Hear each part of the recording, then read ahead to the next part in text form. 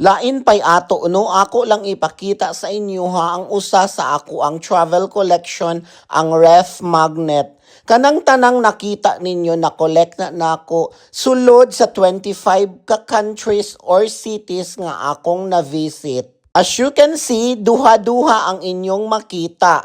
Kay kana para dunay reserba kung mabuak.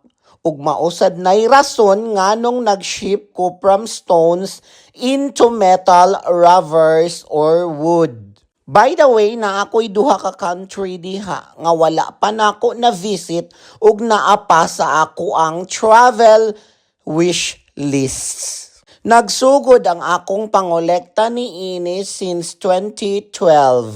So mga 14 years ago na siya.